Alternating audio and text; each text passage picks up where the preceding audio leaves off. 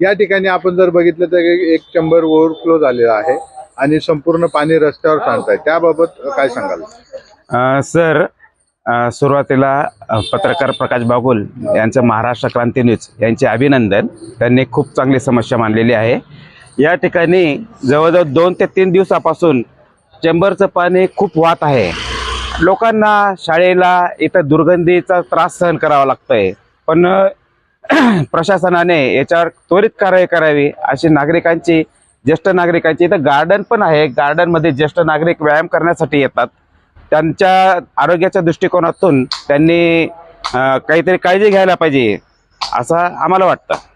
या ठिकाणी chamber overflow झालेला आहे, सर हे त्याबाबत काय त्रास होतो? सर हे 2-3 दिवसापासून हे पाणी वाहत आहे. इथे एक लोक वस्ती आहे, बाजूला एक शाळा पण आहे, एक गार्डन आहे. इथं ज्येष्ठ नागरिक मॉर्निंग वॉकला येतात. मंदिर आहे, एक बाजूला बुद्ध विहार पण आहे. सर इथं लोकांना दुर्गंधीचा खूप एक मोठी समस्या निर्माण झालेली आहे. ही समस्या लवकरात लवकर महानगरपालिकेने सॉल्व्ह करावी आमची सगळ्यांची एक विनंती आहे महानगरपालिकेला आणि प्रशासकाला. तुमचं काय नाव काका? मी रमेश पाटील. सकाळी मॉर्निंग वॉकला आम्ही दररोज येतो या ठिकाणी, परंतु आम्ही पाहतोय 2-3 दिवसापासून हे चेंबर फुटलेलं आहे.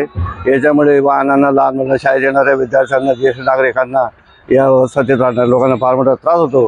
तरी नगरपालिकेने तत्परतेने याकडे लक्ष देऊन लवकरात लवकर सुधारणा करून लोकांचं आरोग्य राखण्याचा प्रयत्न करावा.